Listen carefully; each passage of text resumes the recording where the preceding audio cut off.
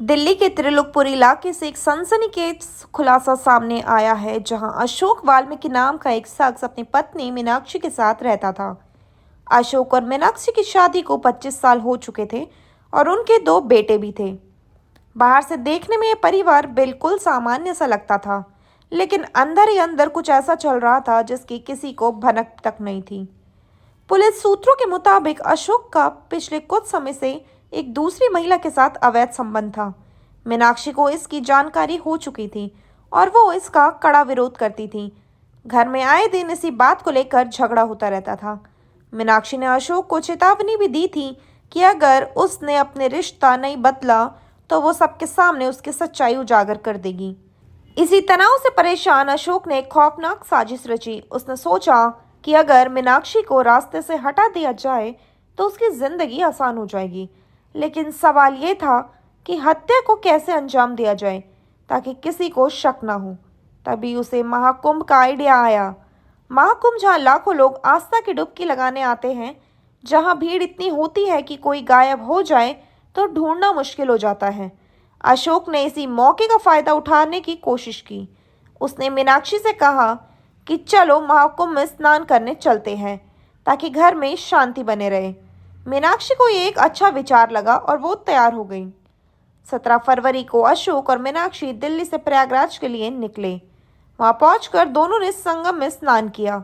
अशोक ने अपने मोबाइल से सेल्फी वीडियो बनाए, कुछ तस्वीरें खींची और सोशल मीडिया पर भी अपलोड की ताकि दुनिया वालों को लगे कि सब कुछ ठीक चल रहा है। लेकिन ये सब सिर्फ एक दिखावा था। स्नान के बाद अशोक ने प्रयागराज के झूंझी इलाके में आज़ाद नगर के एक होम स्टे में कमरा बुक किया। उस रात उसने अपनी साजिश को अंजाम देने का प्लान बनाया। 18 फरवरी की रात जब मीनाक्षी बाथरूम में थी, अशोक ने चाकू से उसका गला रेत दिया। खून से सना शव बाथरूम में ही छोड़कर वो कमरे से वापस आ गया।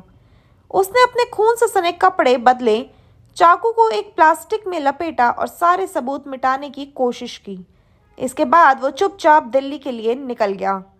अशोक ने अपने बेटों को फ़ोन किया और झूठ बोला कि उनकी मां कुंभ मेले की भीड़ में खो गई है। उसने कहा कि वो उसे ढूंढने की कोशिश कर रहे हैं, लेकिन मिल नहीं रही है। बेटों को पहले तो यकीन हो गया, लेकिन जब 2 दिन तक मां का कोई पता नहीं चला तो बड़े बेटे अश्विन ने दिल्ली पुलिस में शिकायत दर्ज की। उधर झूंझी में होमस्टे के मालिक को कमरे से बदबू आने की शिकायत हुई। जब उसने बाथरूम चेक किया तो वहां मीनाक्षी का शव पड़ा मिला। तुरंत पुलिस को सूचना दी गई और जांच शुरू की गई।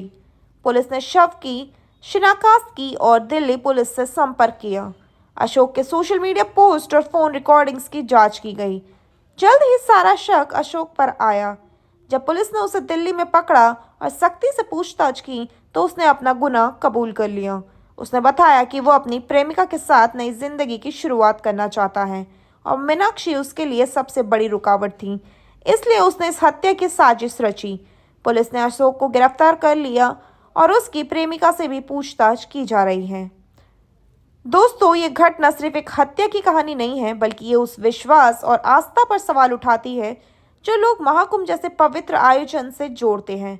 क्या कोई इतना नीचे गिर सकता है कि पाप को छुपाने के लिए पवित्रता का सहारा ले?